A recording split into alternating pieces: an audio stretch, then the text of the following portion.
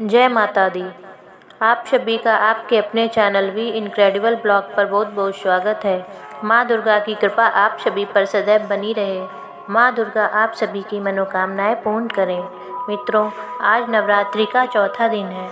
चौथे दिन श्री दुर्गा सप्तशती का 5वां, 6ठा, 7वां और 8वें अध्याय का पाठ किया जाता है। सर्वप्रथम श्री दुर्गा सप्तशती का 5वां अध्याय प्रारंभ करते हैं। जय माता दी। माँ कुष्मांडा देवी की जय। शूराशं पूर्णकलशं रुधिराप्लुतमेव च दधाना हस्तपद्माभ्यां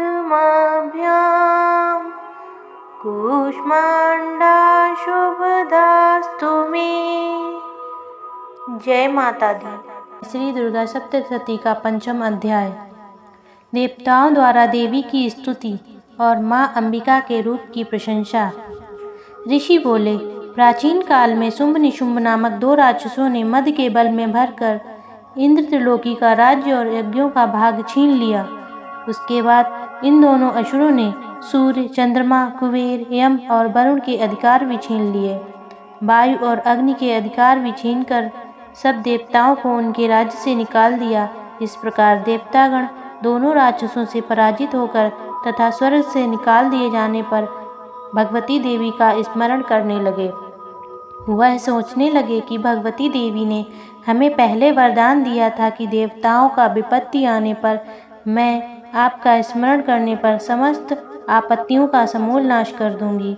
ऐसा सोचकर सब देवता इंद्र के साथ हिमालय पर्वत पर विष्णु की माया देवी की स्तुति करने के लिए गए। देवता बोले, देवी और महादेवी को हम नमस्कार करते हैं। शिव भगवान को हम नमस्कार करते हैं। प्रकृति एवं भद्रा को प्रणाम करते हैं। हम नियम पूर्वक माँ जगदम्बा को नमस्कार करते हैं। रुद्रा को प्रणाम करते हैं। नित्या, गौरी और धात्री को बारंबार नमस्कार है। ज्योत्सनामयी, चंद्र रूपिणी एवं सुख स्वरूपा देवी को सतत प्रणाम है। शरणागतों का कल्याण करने वाली एवं सिद्धि रूपा बारंबार नमस्कार करते हैं। राक्षसों की लक्ष्मी, राजाओं की लक्ष्मी तथा सर्वाणी शिव पत्नी को नमस्कार करते हैं।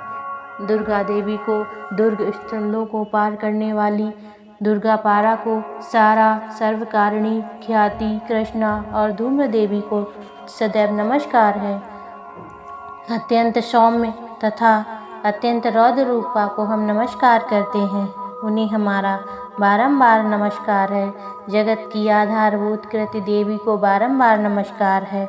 जिस देवी को प्राणी मात्र विष्णु की माया कहते हैं उनको नमस्कार है। जो देवी समस्त प्राणियों में चेतना कहलाती है उसको नमस्कार है। जो देवी संपूर्ण प्राणियों में बुद्धि रूप में स्थित है उनको नमस्कार है। जो देवी सब प्राणियों में विराजमान है उनको नमस्कार है। जो देवी सभी प्राणियों में निद्रा रूप में विराजमान है उनको प्रणाम है। जो देवी संपूर्ण प्राणियों में क्षुधा रूप से विराजमान है उनको नमस्कार है। जो देवी संपूर्ण प्राणियों में छाया रूप में स्थित है उनको नमस्कार है। जो देवी सब प्राणियों में जाति रूप में स्थित है उसको नमस्कार है। जो देवी सब प्राणियों में लज्जा रूप में स्थित है उनको नमस्कार है। जो देवी सब प्राणियों में श्रद्धा रूप में स्थित है उनको नमस्कार है। जो देवी सब प्राणियों में कांति रूप में स्थित है उनको नमस्कार है। जो देवी सब प्राणियों में लक्ष्मी रूप में स्थित है उनको नमस्कार है।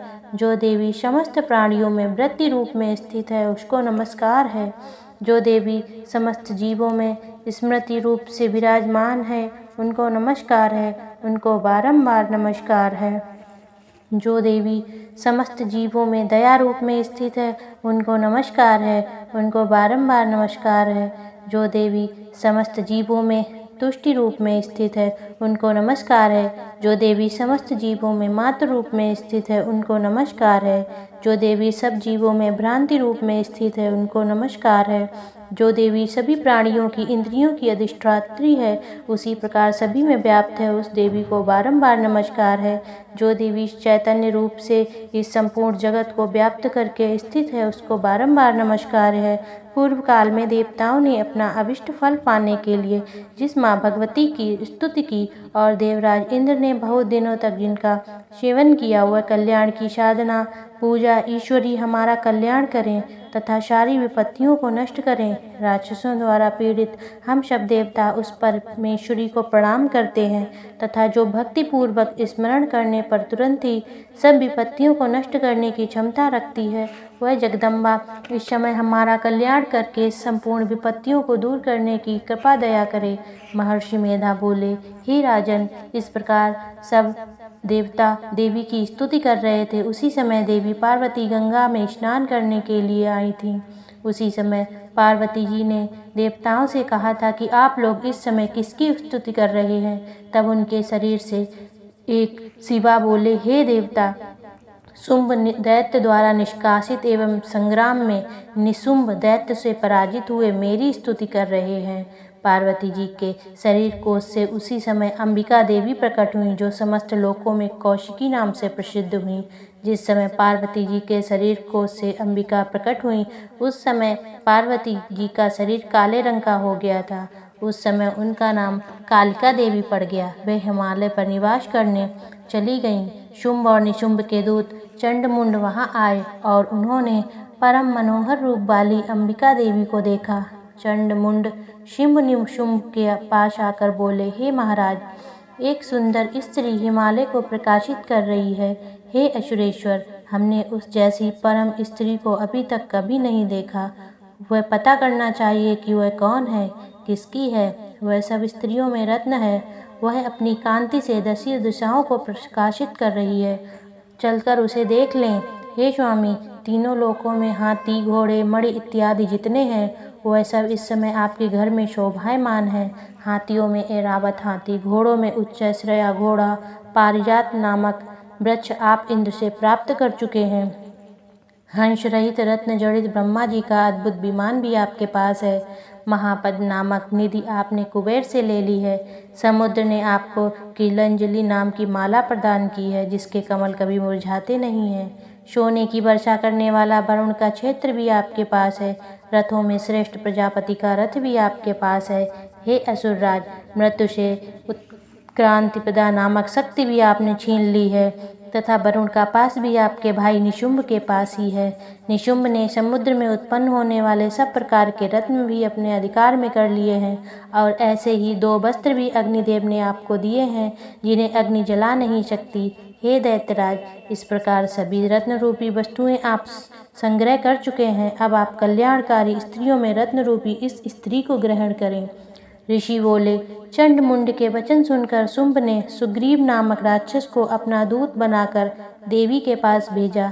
सुग्रीव ने शुंभ से कहा कि तुम मेरी ओर से इस प्रकार कहना और ऐसा कहना कि वह प्रसन्न होकर शीघ्र ही यहाँ आने को तैयार हो जाए। सुग्रीव शीघ्र पर्वत के उस स्थान पर गया जहाँ पर देवी बैठी हुई थी। वह स्थान अति सुंदर था। वहाँ पहुंचकर सुग्रीव ने मधुर वाणी से बोला, हे देवी, दैत्यों के राजा शुंभ ने, जो तीनों लोगों के अधिपति हैं, मुझे आपके पास भेजा है। उनकी आज्ञा का उल्लंघन करने का साहस किसी में भी नहीं है तथा राक्षसों के समस्त शत्रुओं पर उन्होंने विजय प्राप्त कर ली है। उनके द्वारा यह संदेश भेजा गया है कि तीनों लोकों पर मेरा अधिकार है, सब देवता मेरे अधीन हैं। यज्ञ के सब भागों को अलग अलग मैं ही ग्रहण करता हूँ। तीनों लोकों के उत्तम रत्नों के हम स्वामी हैं। इंद्र का ऐरावत हाथी भी हमारे पास है। समुद्र मंथन में उत्पन्न हुआ उच्चैश्रवा नामक घोड़ा भी हमें देवताओं ने भेंट कर दिया है। देव, गंधर्व एवं नागों के पास जितनी भी बहुमूल्य वस्तुएं थीं वो अब सब मेरी हो चुकी हैं। आप भी स्त्रियों में एक रत्न ही हैं, इसलिए आप हमारे पास आ जाना चाहिए।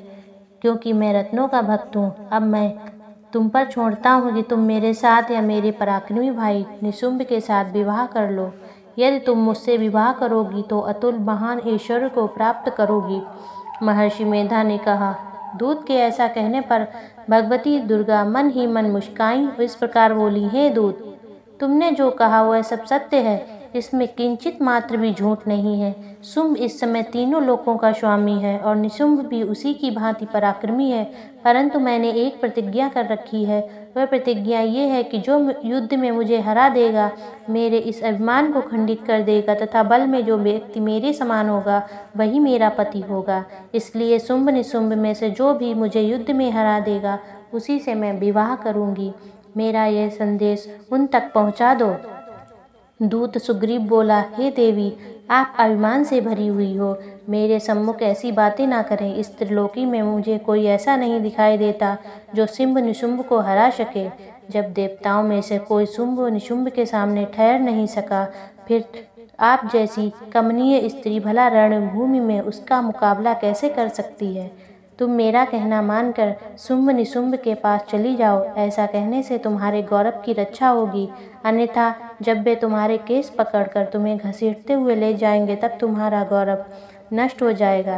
देवी बोली, शुंभ निशुंभ बड़े बलवान हैं, वह ठीक है, परंतु मैं अपनी प्रतिज्ञा से बंधी हुई हूँ, इसलिए तुम जाओ और मैंने जो कहा है वह आदरपूर्वक असुरराज से कह दो। इसके पश्चात वे जो उचित समझें ऐसा करें।